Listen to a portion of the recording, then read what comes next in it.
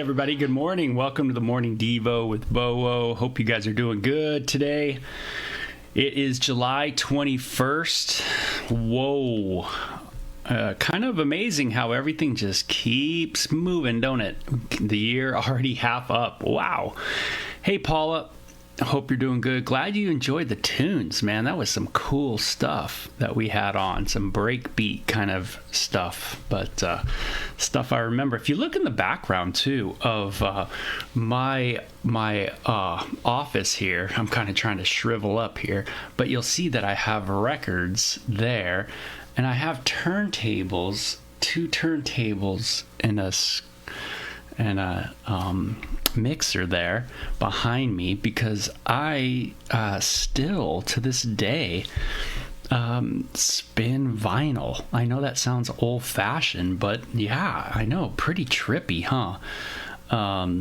Yep, just kind of a product of my culture growing up, for sure.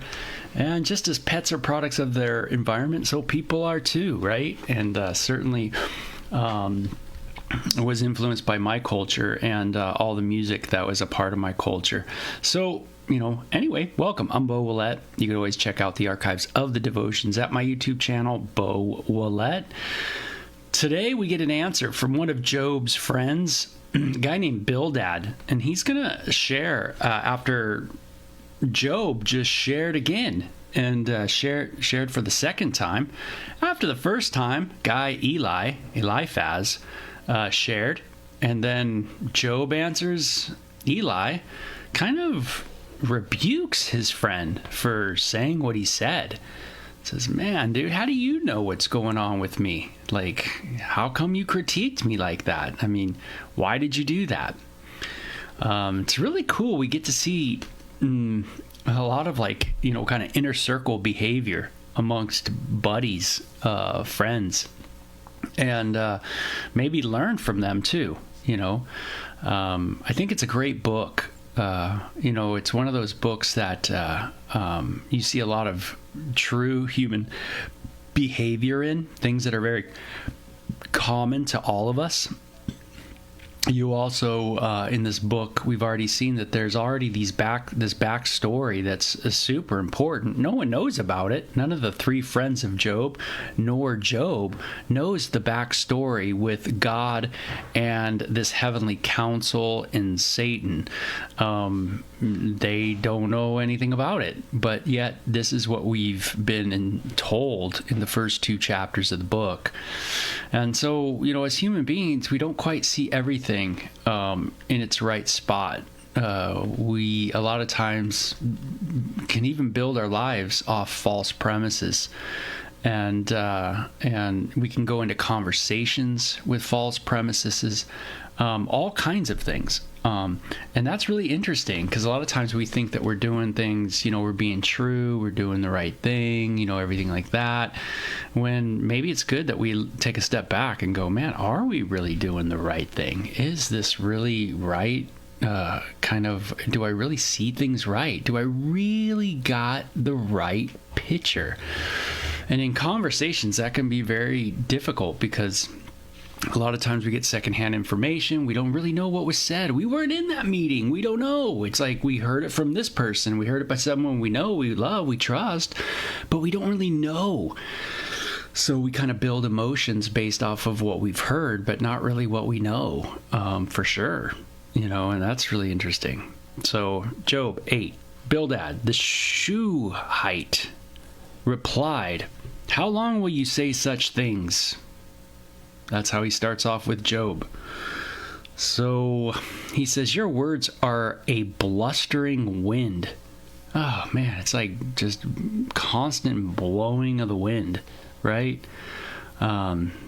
He says, "Does God pervert justice?" Well, what's the answer to that? Does God pervert justice? Does God not deal with justice? Well, the answer would be, well, no, of course God deals with justice, right?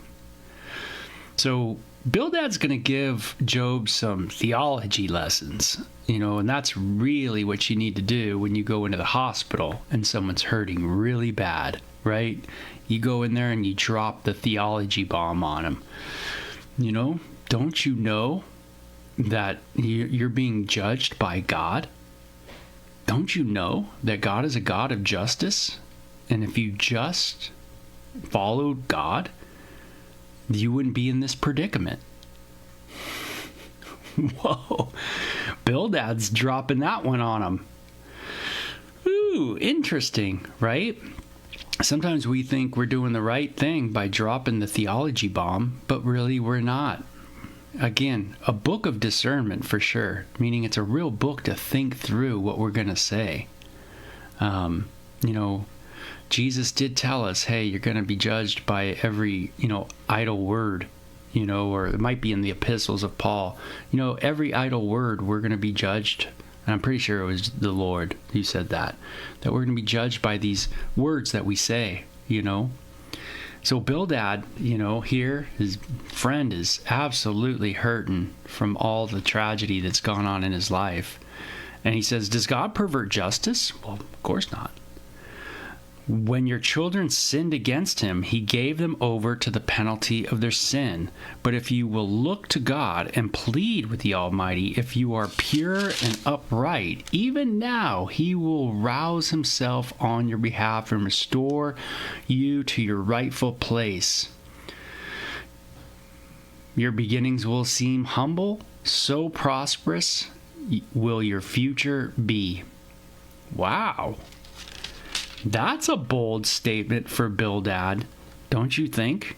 Hey, when your children, sinned against them, they were judged and they were killed. Woo! Who deserves to be judged?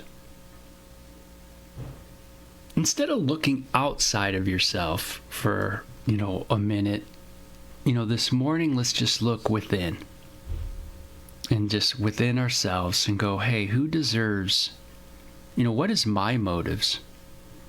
When I look at what love is, biblically speaking, is, do I find myself like a narcissism within myself? Do I find a self-seeking? Do I see a patience, a kindness, a goodness, a gentleness, a rejoicing in truth? Do I see those things taking place in me, or do I see failure in those things? Do I see a lack? Do I see a lot of self-seeking? Do I see a lot of, seeking my own? Do I see a lot of self-righteousness? Just very self-focused. My joy is wrapped up in me and not in the joy of the other. Do I find that? Am I others-oriented? Who deserves judgment? Who deserves, right? Who is righteous? Who living amongst us is righteous? Is righteous as God, a holy being God. It's funny. We always want to think we're good. And so, I was reading this morning this kind of self-help book. It's one of the more newer ones out there. But I was just curious what it was. And it's interesting how it's just about you. It's just about you becoming happy and you being happy all the time and you making sure that you make decisions that are against the rules of the world so that you become more happy. And, because guys like Elon Musk, they're really happy, and you can be happy like them, and you can be successful like them, and you can be innovative like them, because that's really where it's at. And you just kind of read this and go, wow, it's great, man. It's awesome. Narcissism, all the way. And, that's the way to do it. That's the trick. You just got to really be narcissistic.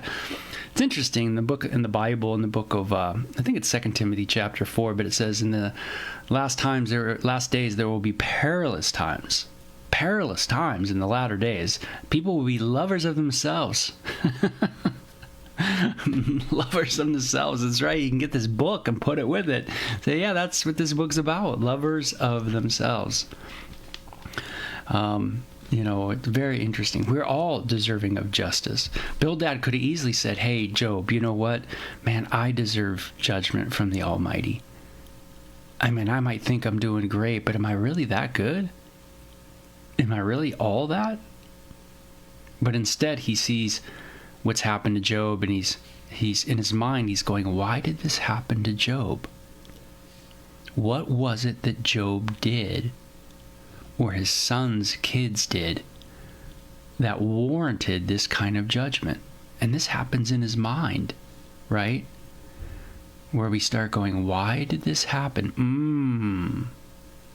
That's it. Yep, that's it. He deserved that. That's right. He deserved that. That's right. You do reap what you sow. That's right. Very, very good principle. And there's truth there. There's absolute truth there. We do reap what we sow. But is this all the time? Does this, do you realize that there's grace? Do you realize that there's mercy? Do you realize that God is compassionate? Do you realize God's slow to anger and rich in love? Yeah. He is those things. If reaping and sowing was a principle that happened all the time, every time, that would be pretty radical. Thank God there's grace. Thank God there's mercy. Right? Though I deserve judgment, God has been merciful on me through and because of his Son and what his Son has done for me. And so Bildad's going off. He continues and says, ask the former generations and find out what their fathers learned. This has been in our culture forever, Job. Don't you know that? We've thought this way for a long time. For we were born only yesterday and know nothing, and our days on earth are but a shadow. But will they not instruct you and tell you? Will they not bring forth words from their understanding? Can papyrus grow tall where there is no marsh? Can reeds thrive without water? While still growing and uncut, they wither more quickly than grass. Such is the destiny of all who forget God. So perishes the hope of the godless. What he trusts in is fragile. What he relies on is a spider's web, something that can be broken. He leans on his web, but it gives way. He clings to it, but it does not hold. He's like a well-watered plant in the sunshine, spreading its shoots over the garden. It intertwines its roots around a pile of rocks and looks for a place among the stones. But when it is torn from its spot, that place disowns it and says, I never saw you. Surely its life withers away, and from the soil other plants grow. Surely God does not reject a blameless man or strengthens the hands of the evildoers. He will yet fill your mouth with laughter and your lips with shouts of joy. Your enemies will be clothed in shame, and the tents of the wicked will be no more. Whoa, so Bildad really lays it on Job thick. Hey, man, our ancestors, man, they were solid. They had this philosophy. They knew that, hey, if bad things happen to you, it's because you sowed some bad seed, man. And that's what it is. And that's why you're going through what you're going. This is how life is. This is how the world works. These are the laws of the world, and the laws just are the laws. You can't change that, Job. You're in the predicament because of these laws, these kind of spiritual laws that take place. Just as there's laws with plants, and how they grow in the creeks and everything like that, and how stuff naturally just goes on in our world. So there's kind of the unforeseen, the unseen world and the laws in that world too. And by the way, one of them is, you do bad things, man, and bad things happen to you. You sin against the Almighty and you're going to get it. And that's what's going to happen. Judgment's going to happen. God's going to bring calamity upon you. And so Bildad speaks things that seem to be right. And that's the big woe of the book. Man, it seems to be so true. It's not what Bildad's saying per se is absolutely wrong.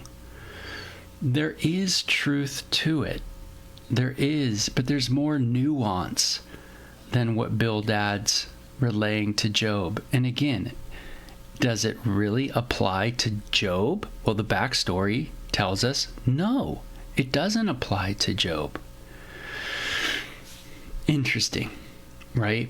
So instead of maybe just listening to Job when Job says, hey guys, I didn't do anything. If my sin is before God, is it, what is it? And instead of them trusting Job at all, they just kind of go, no, it must be that he did something wrong.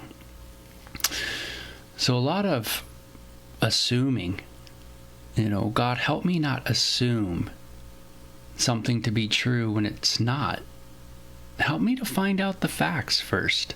Help me to do the investigation that's needed. And before I just jump to a conclusion, Help me to be, in a sense, gentle as your Holy Spirit. That's a fruit of the Holy Spirit, right? To be gentle with people.